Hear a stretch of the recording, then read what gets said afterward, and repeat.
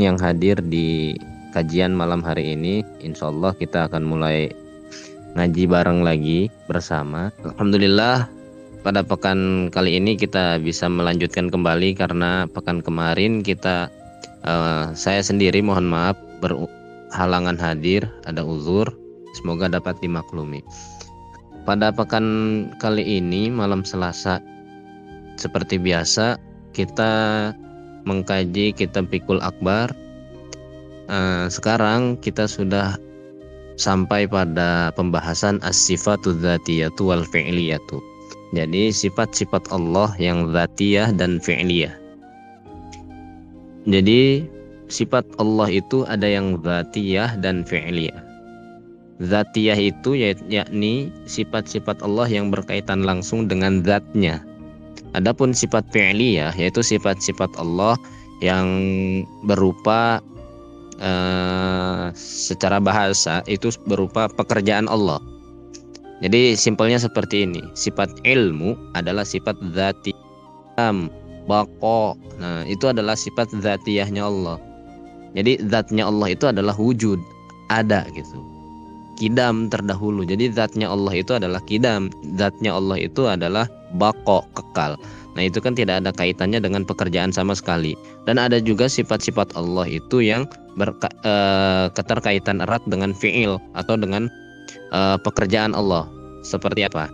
Seperti memberikan rizki, memberikan rahmat, kemudian juga mendengar, melihat. Nah, itu adalah sifat fi'liyahnya Allah. Menciptakan dan lain sebagainya. Menghapuskan dan lain sebagainya. Nah, itu. Saya baca saja langsung. Lam yazal wala yazalu bi asma'ihi wa sifatihi dzatiyah wal fi'liyah. Allah Subhanahu wa ta'ala itu tidak ada hentinya dan tidak akan terputus oleh zaman. Allah Subhanahu wa ta'ala itu lazim berkaitan erat dengan asma'nya Allah, dengan nama-nama Allah yang tentu telah kita ketahui. Yang kemarin kita bahas minimal ada 99 sebagaimana yang disebutkan dalam Al-Quran atau kita kenal dengan Asmaul Husna. Jadi asma'nya Allah itu tidak bisa kita lepaskan dari Allah Subhanahu wa ta'ala. Allah Rahman itu lam yazal wala yazalu. Allah memiliki nama Ar-Rahman. Namanya Allah Ar-Rahman itu tidak bisa dipisahkan. Jadi tidak berkaitan dengan waktu. Kan kemarin sudah kita bahas bahwasanya Allah itu terbebas dari ruang dan waktu, terbebas dari segala makhluk. Begitu pula sifat dzatiyah dan sifat fi'liyahnya Allah itu tidak akan terlepas dari Allah Subhanahu wa ta'ala. Jadi sifat dzatiyahnya Allah ini ya sama dengan zatnya Allah dalam arti memiliki kekekalan, ketidakterbatasan, terbebas dari ruang dan waktu.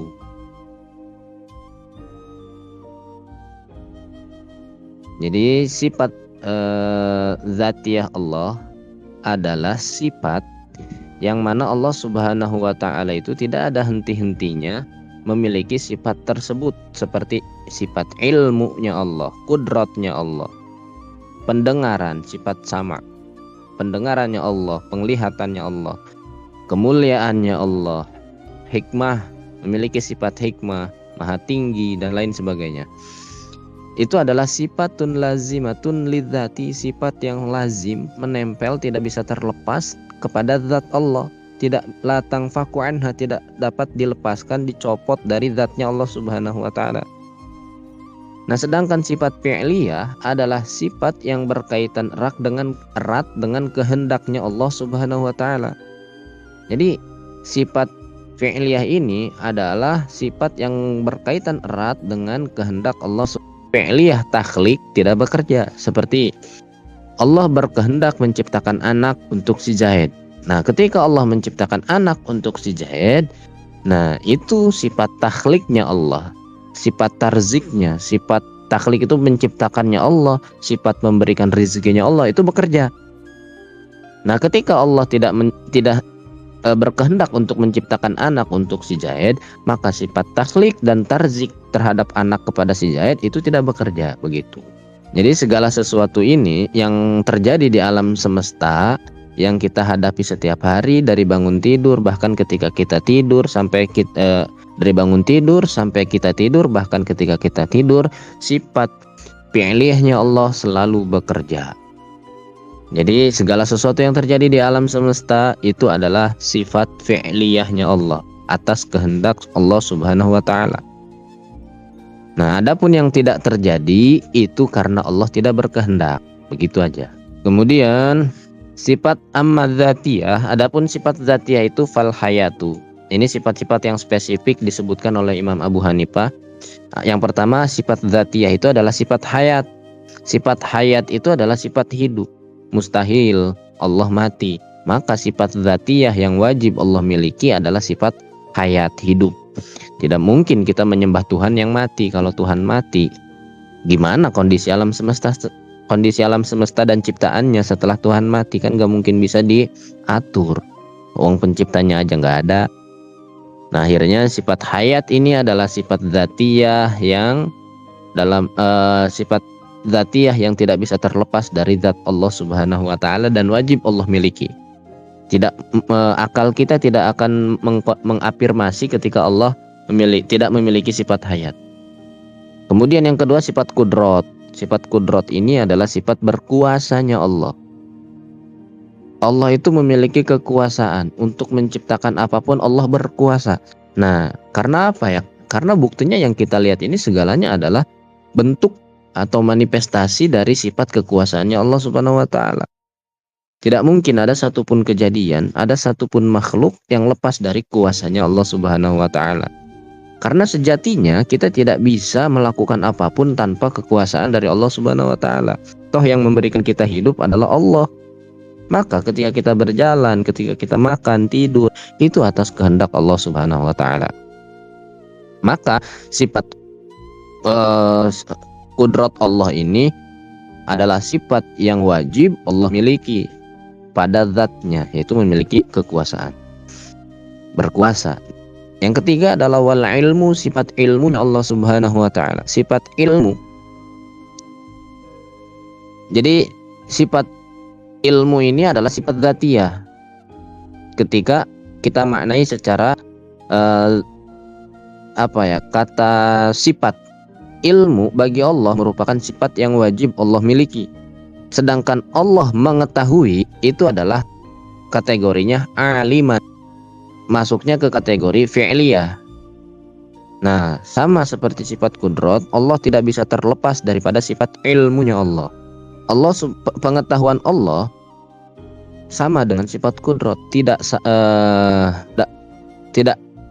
sama dengan sifat kudrat, tidak serupa dengan sifat makhluk. Jadi sifat Allah baik dzatiyah ataupun fi'liyah itu tidak serupa dengan sifat yang makhluk miliki.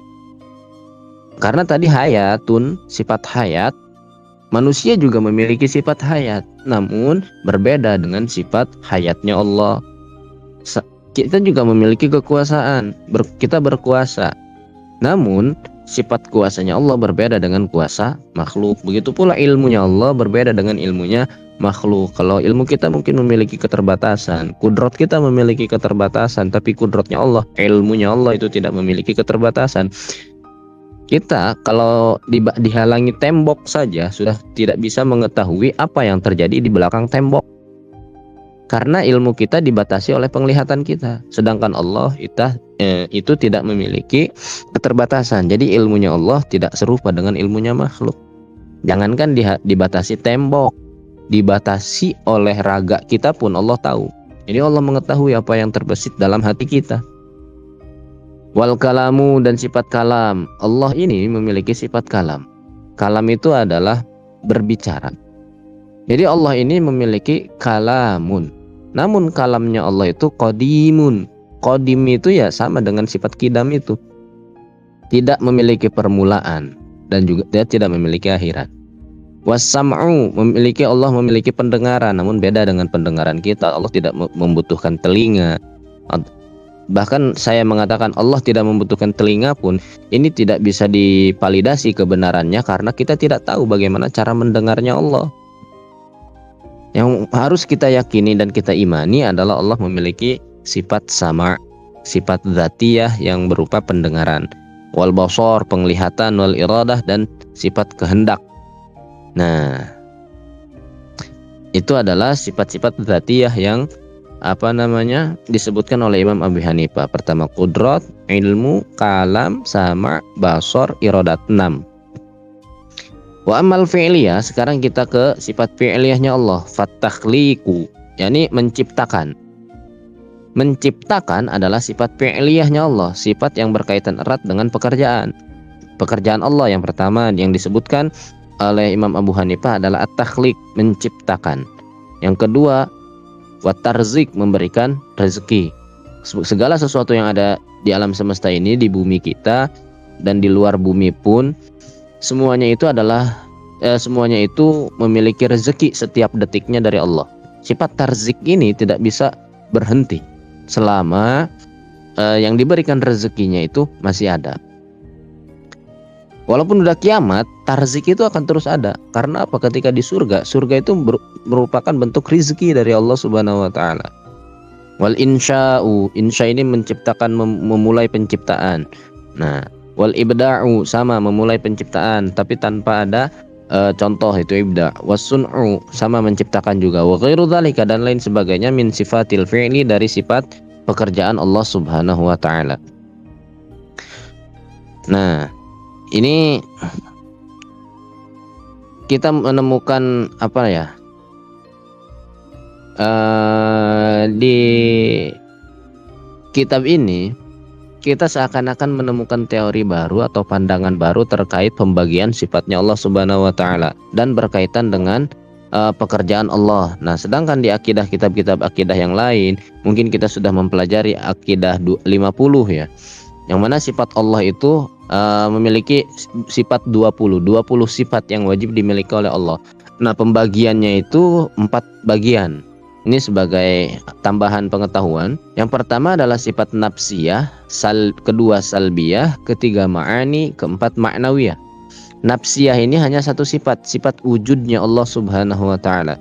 Sifat wujud ini adalah sifat inti dari seluruh sifat, karena tanpa ada wujud tidak mungkin Allah memiliki 19 sifat sisanya. Seperti Allah memiliki sifat kidam, tidak mungkin Allah kidam kalau tidak wujud.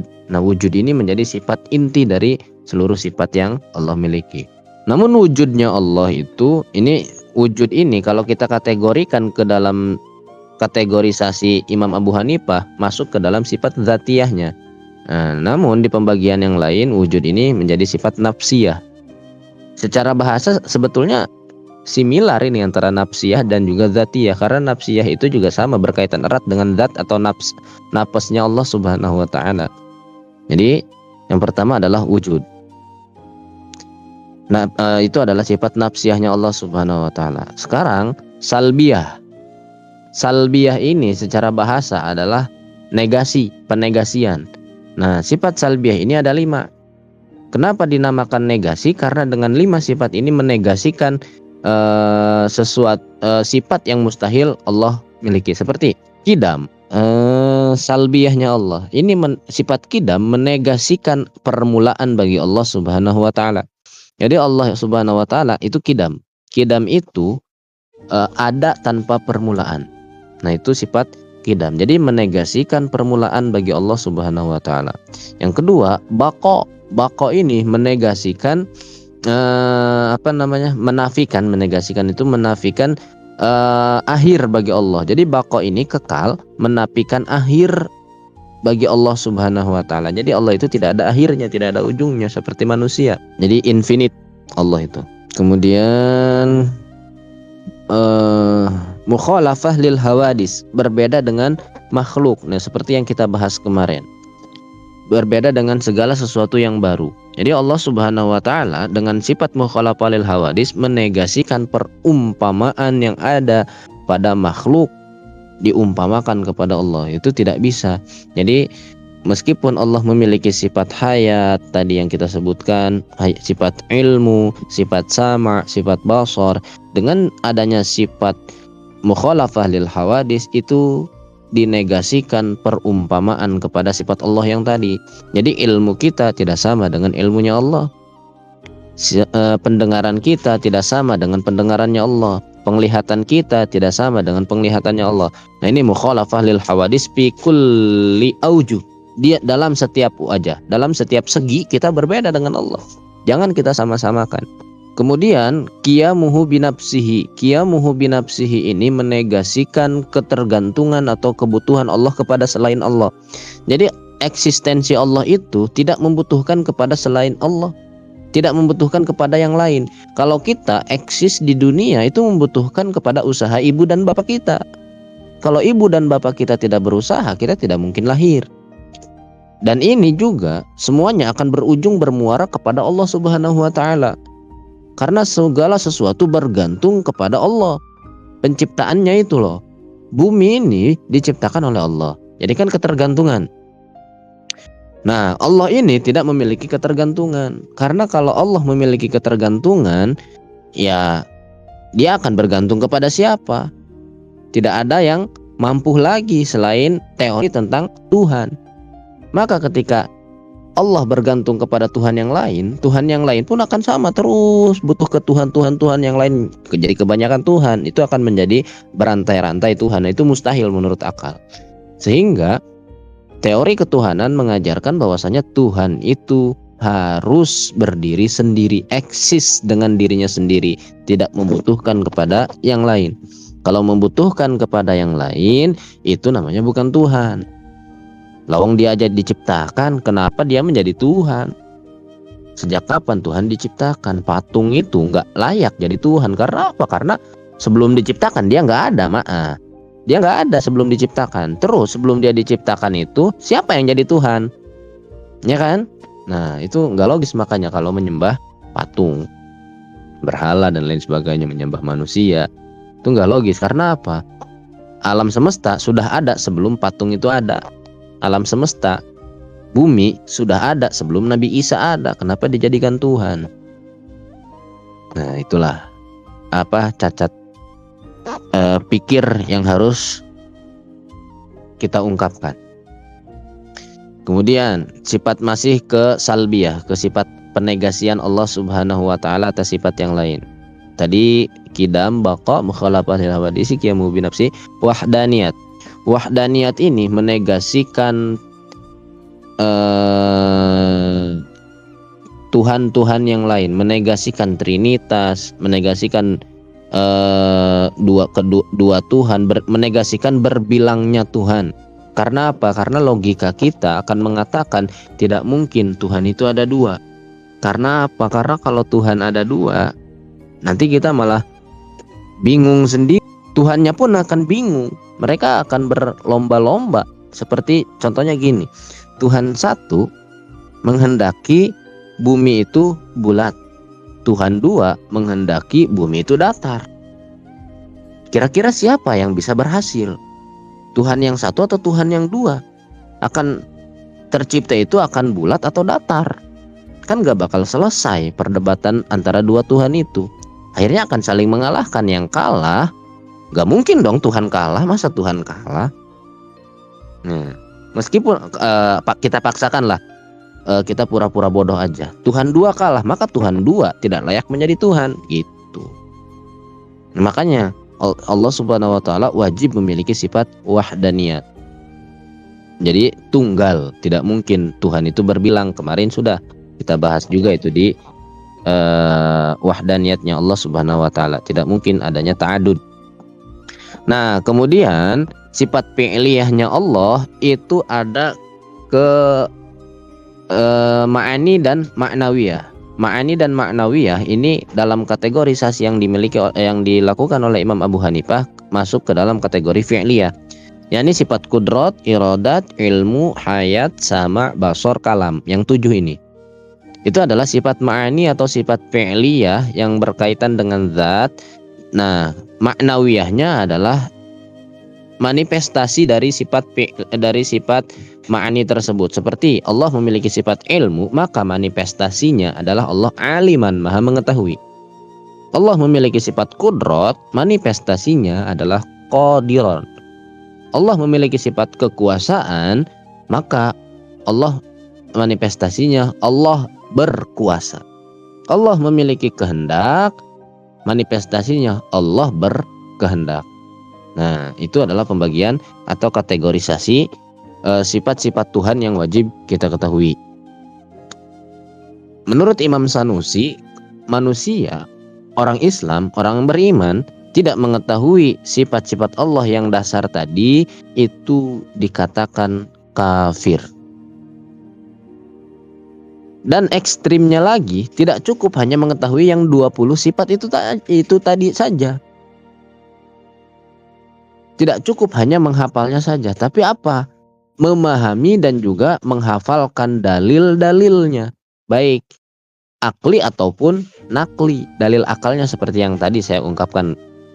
Naklinya dari Al-Quran, dari hadis, seperti sifat wujud Allah. Sifat wujud Allah itu berdasarkan firman Allah seperti huwallahul khaliqul bari'ul musawwiru, ataupun huwallahul ladzi khalaqas samawati wal arda, dan lain sebagainya. Kidamnya Allah itu wal awalu wal akhiru wal batin. Nah, itu adalah dalil naklinya Allah. Nah, menurut Imam Sanusi wajib dihafalkan itu secara tafsili. Dan orang yang nggak hafal ini masih dikategorikan kafir. Itu menurut pendapat Imam Sanusi. Namun pendapat imam-imam yang lebih moderat mengatakan cukup mengetahui,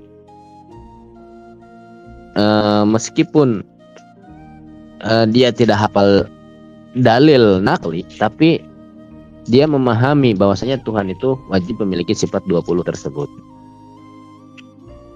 Nah, kemudian untuk sifatullah azaliyah wa hukmu man angkar dzalika. Pekan besok kita akan membahas terkait sifat Allah itu seluruhnya adalah azali. Nah, azali itu apa? Nanti insya Allah kita bahas. Mungkin untuk mempersingkat waktu dan semoga lebih panjang di sesi diskusi, saya kembalikan kepada moderator kita, mungkin ke sesi diskusi atau lain sebagainya. Silakan Mas Oceanic.